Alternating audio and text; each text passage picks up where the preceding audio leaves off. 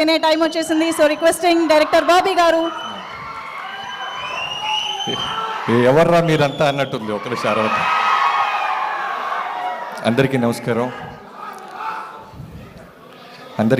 అండి. ఇక్కడికి వచ్చిన మీడియా మిత్రులకి, కార్తీ గారి ఫ్యాన్స్కి, స్టేజ్ మీద ఉన్న మా డైరెక్టర్స్ అందరికీ.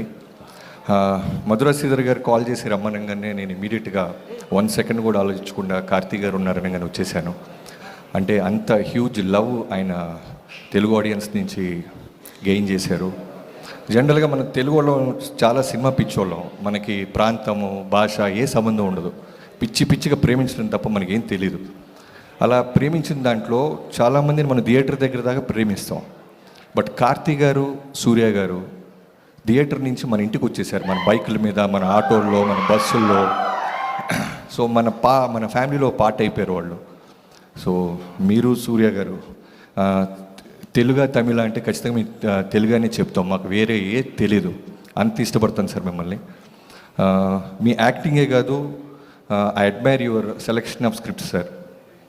ఫస్ట్ నుంచి మీ ఫస్ట్ డెబ్యూ పరుతువీరం దగ్గర నుంచి. అంటే నాకు ఎప్పుడు రవితేజ గారు ఒక మాట చెప్తుంటారు, ఏంటి సార్ ఇవాళ రైస్ తినట్లేదు, మీరు చపాతి, ఓ రోజు ఏమో ఓన్లీ పన్నీర్ తింటున్నారంటే బాడీని మనం కన్ఫ్యూజ్ చేయాలి బాబీ. సో అలా ఆయన సెలెక్షన్ ఆఫ్ ఫిల్మ్స్ అలా ఉంటాయి, కన్ఫ్యూజ్ చేస్తారు.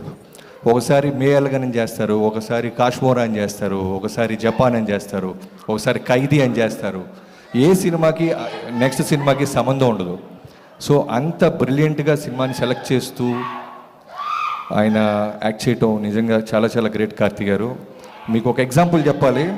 బీయింగ్ ఏ డైరెక్టర్, నేను డాకు అప్పుడు మే అలగన్ చూశాను, సత్యం సుందరం ఉంది, వస్తున్నారు, అఖండ 2తో వస్తున్నారు, అరుద్దాం. సో ఆ మే అలగన్ చూసిన తర్వాత మళ్ళీ కొన్ని రోజుల తర్వాత ఓటీటీలో I have a 7 years daughter sir. Cinema ఇంట్లో చూస్తుంటే తెలియకుండానే ఏడ్ చేస్తున్నాను.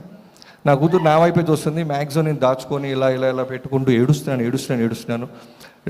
డడ్డా ఇది సినిమా, నువ్వు డైరెక్టర్వి అయినా ఏడుస్తున్నావు ఏంటంది. అవేమీ తెలియకుండా డైరెక్టర్ అని మర్చిపోయాను, సినిమాని మర్చిపోయాను. That's how you acted with Arvind Swami గారు. బెస్ట్ ఎగ్జాంపుల్ అది మీ పర్ఫార్మెన్స్కి. ఏడుస్తూనే ఉన్నా సినిమా చూస్తున్నంత సేపు. So one of the finest actors we have. ఇంకా ఈ సినిమా గురించి చెప్పాలి అంటే ఖచ్చితంగా నలన్ స్వామి గారి గురించి మిగతా నా కొలీగ్స్ అందరు చెప్పారు.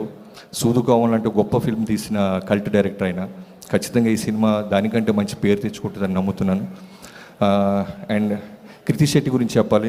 మాకు ఆల్మోస్ట్ ఫ్యామిలీ లాగా, మా నైబర్, ఒకే చోట ఉండేవాళ్ళం మేము.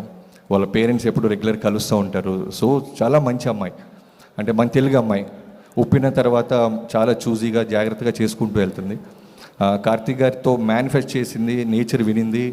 అలాంటి కార్తీక్ గారితో ఇలాంటి సినిమా రావటం ఐఎమ్ సో హ్యాపీ కృతి.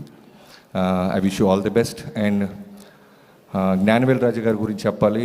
మనం పరుత్వీర్ అని మాట్లాడుతున్నాం కదా, ఆ సినిమా కార్తీక్ గారిని లాంచ్ చేసి డెబ్యూ చేసిన జ్ఞానవేల్ రాజా గారికి I wish you all the best sir.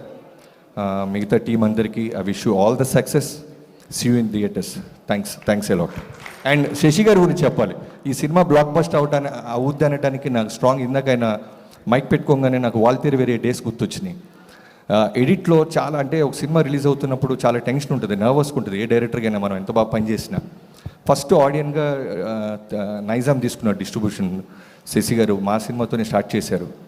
చూసి ఒక అరగంట సినిమా ఆయన వెనక నుంచి చూస్తున్నారు యావిడ్లో. చూసేసి బయటికి కన్నీళ్లతో వెళ్ళిపోయారు. రవితేజ గారు డెత్ సీన్ తర్వాత బయటకు చోటే మాట అన్నారు, సార్ మేము ఎంత పెట్టుకున్నామో సెకండ్ డే, థర్డ్ డే రాకపోతే నేను డిస్ట్రిబ్యూషన్ మానేస్తానని. అలానే వాల్తేరు వేరికి ఆయన థర్డ్ డేనే ఆయనకు ఉన్న డిస్ట్రిబ్యూషన్ డబ్బులు వచ్చేసినాయి. నైజాంకి అంత బాగా ఉంటుంది ఆయన conviction, confidence, selection of films. I wish all the best Sasi గారు. Thanks a lot. సూపర్ గారు. Thank you so much. Thank you for taking time.